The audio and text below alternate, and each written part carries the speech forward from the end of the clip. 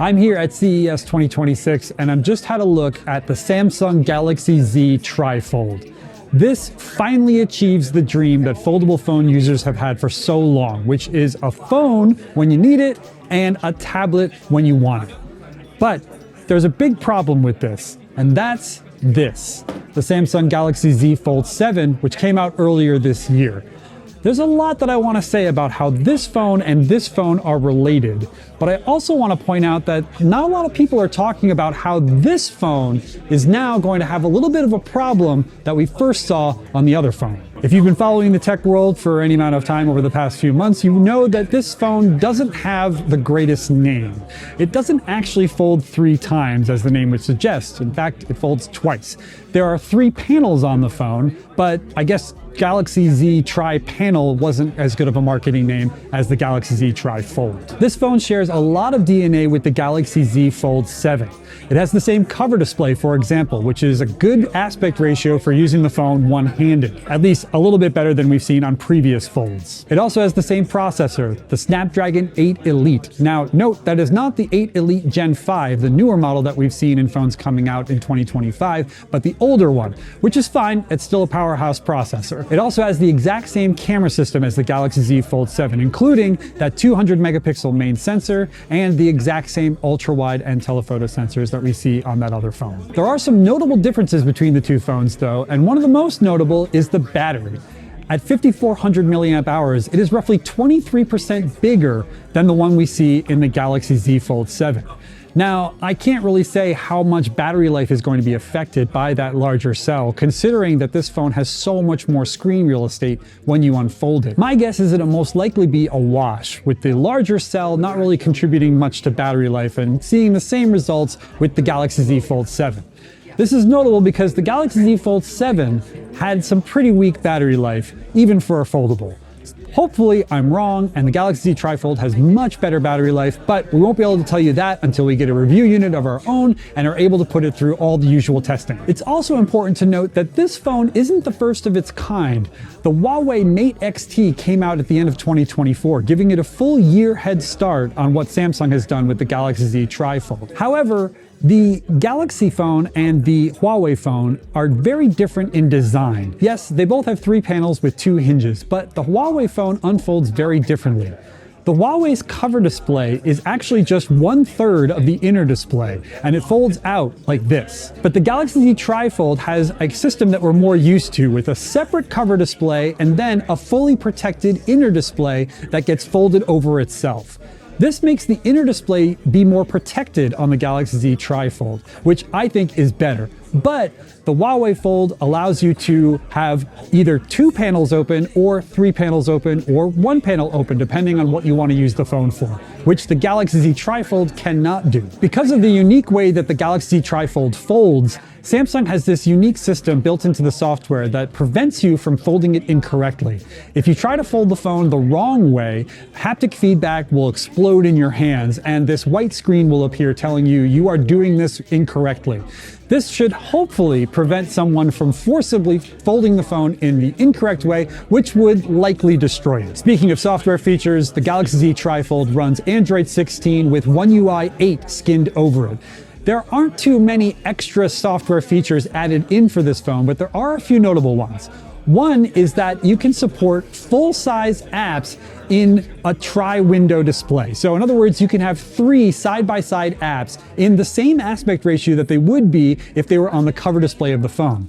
Notably, you can do 3 side-by-side apps on the Galaxy Z Fold 7, but it doesn't look as good because you gotta cram them in to that smaller display. But on the Galaxy Z TriFold, it looks great. It's basically like using 3 phones right next to each other. Another cool software feature that is unique to this phone is that it supports DeX natively on the phone itself. So in other words, you don't have to connect the phone to an external monitor to get advantages that you get from DeX. You can just do it right on the phone, including windowing your apps, dragging them around, resizing them, and otherwise doing desktop-style things right on the tablet. This is really cool and completely unique to the Galaxy Z TriFold. DeX is one of those features that I feel like not many people use, but those people who do use it love it. So I think that's going to be a game changer for DeX fans around the world. So that's what the Galaxy Z TriFold is. So it's really cool, and I think the future of foldable phones. But why am I a little hesitant about it? Well, the reason is this. The Galaxy Z Fold 7 is significantly thinner than the Galaxy Z TriFold when folded up. It also is significantly lighter. The Galaxy Z TriFold is about 300 grams, which you definitely feel when you're holding it in your hand. And it is a significant difference when you're holding the Galaxy Z Fold 7 instead. This is a bit of a problem because it sets back foldable phones. We've made so much progress on this front, and now we have this new phone that kind of sets us back a bit. A lot of people who have used this phone have pointed out that it's not actually that thick when you compare it to older Galaxy Z Folds. For example, the Galaxy Z Fold 6 is only slightly thicker than this one. But that kind of illuminates the problem even more as far as I'm concerned. What that really means is that we're taking a step back. This phone, as good as it is really kind of a step back in time. So now it's going to be years that Samsung's going to have to figure out how to make this phone thin enough that it doesn't feel like a brick in your hand. And that's going to involve a lot of engineering. The USB-C port can barely fit into this phone as it is. So if the panels become any thinner, how is Samsung going to be able to fit that? The obvious solution would be to take the USB-C port out, which would mean that it would have to rely only on wireless charging. Wireless charging isn't as fast as wired charging. How do you transfer data back and forth? Lots of things would have to be fixed to make that work. Not to mention, you'd have to figure out the durability about this phone. You know, the inner display is going to be sensitive, and the fact that it's so thick and chunky when it lands, it's probably going to break a little bit easier. Another thing Samsung's going to have to deal with is the ever-growing camera sensors. The cameras on the folds are going to have to get better if people are going to still want to buy them. And in order to make them better, you're going to have to make them bigger and thicker. How is it going to combat that? By making the phone simultaneously get thinner.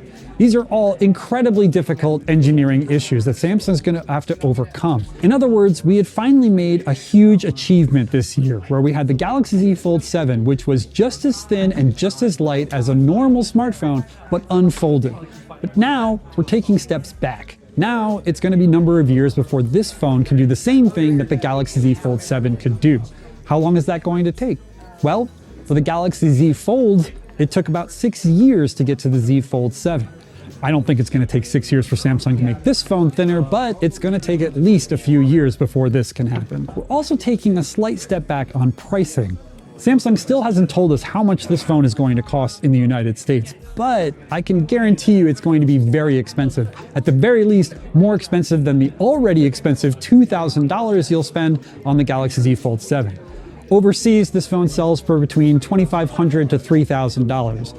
But it's possible Samsung could try to charge more here in the United States because it's a more lucrative market. I also have heard rumors that Samsung could possibly be selling this at a loss because it just wants to sell as many as it possibly can to prove that it's an innovator. I don't know if that's true or not, but it's definitely something to think about as far as the availability is going to go and how much money you're going to end up spending on this thing. This is the future. This is what we've always wanted. It is literally a smartphone that unfolds into a tablet. This is what we've always asked for. And I think that Samsung has done a great job making it happen. The question is how are we going to be able to afford it, and how is Samsung going to trim it down to make it more like what you expect from a smartphone that you put in your pocket every day? Jump down in the comments and let me know what you think about the Galaxy Z TriFold. Are you going to buy the TriFold? Or are you going to wait to see if it comes down in price? A lot of things you have to think about there. But I'll be at CES looking at all the cool things coming out here in Vegas, and I will see you guys in the next video.